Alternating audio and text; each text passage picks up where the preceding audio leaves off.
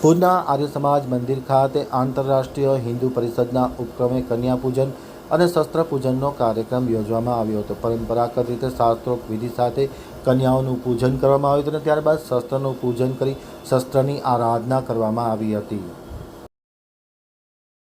મા અંબાની આરાધનાનું પર્વ એટલે નવરાત્રિ પર્વ અશ્વિની નવરાત્રિ ચાલી રહી છે, ત્યારે આંતરરાષ્ટ્રીય હિન્દુ પરિષદ ભુજ દ્વારા આર્ય સમાજ મંદિર ભુજ ખાતે કન્યા પૂજન અને શસ્ત્ર પૂજનનો કાર્યક્રમ ગઈકાલે યોજવામાં આવ્યો હતો। મોટી સંખ્યામાં ભાવિકગણો ખાસ હાજર રહ્યા હતા। આંતરરાષ્ટ્રીય હિન્દુ પરિષદના ગુજરાતના મહામંત્રી અને પદાધિકારી શશિકાંતભાઈ પટેલની ઉપસ્થિતિમાં આ કાર્યક્રમ યોજવામાં આવ્યો હતો। આંતરરાષ્ટ્રીય હિન્દુ પરિષદ દ્વારા કન્યા પૂજન અને શસ્ત્ર પૂજનનો કાર્યક્રમ યોજવામાં આવ્યો હતો। પરંપરાગત રીતે શાસ્ત્રોક્ત વિધિથી આ શસ્ત્રનું પૂજન કરવામાં આવ્યું હતું, કન્યાઓનું પૂજન કરવામાં આવ્યું હતું। કંકુ તિલક કરી તેમના પગને પખાળવામાં આવ્યા હતા અને પૂજન કરી તમામ કન્યાઓને ભેટ સોગાદ આપવામાં આવી હતી, એમ આમતક ટીવી ન્યૂઝ સાથેની વાતચીતમાં માહિતી આપતા શશિકાંતભાઈ પટેલે જણાવ્યું હતું।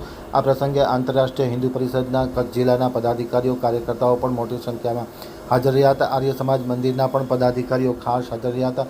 તમામની ઉપસ્થિતિમાં કન્યા પૂજન અને શસ્ત્ર પૂજનનો કાર્યક્રમ શાસ્ત્રોક્ત વિધિ રીતે સંપન્ન થયો હતો।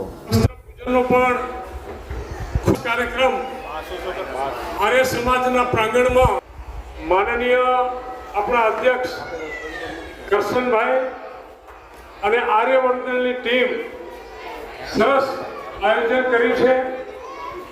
આ આયોજન બદલ આંતરરાષ્ટ્રીય હિન્દુ પરિષદ દ્વારા હું સૌ ભાઈઓ બહેનો બધાનો ખૂબ ખૂબ ધન્યવાદ માનું છું।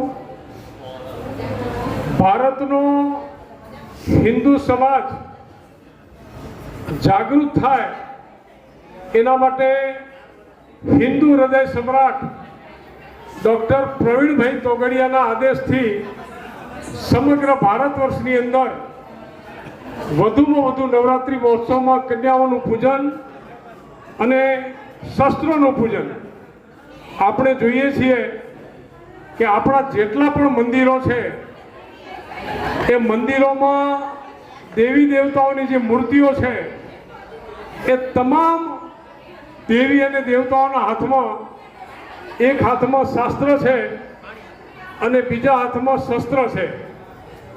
તો આ ઇતિહાસને યાદ કરાવવાનું, ધર્મની રક્ષા કરવાનું, માતા બેન દીકરીઓનું રક્ષા કરવાનું, સાથે સાથે અખંડ ભારતની સુરક્ષા એ શસ્ત્રોથી થઈ શકે એની યાદ કરાવવા માટેનું આ શસ્ત્રોનું પૂજન છે।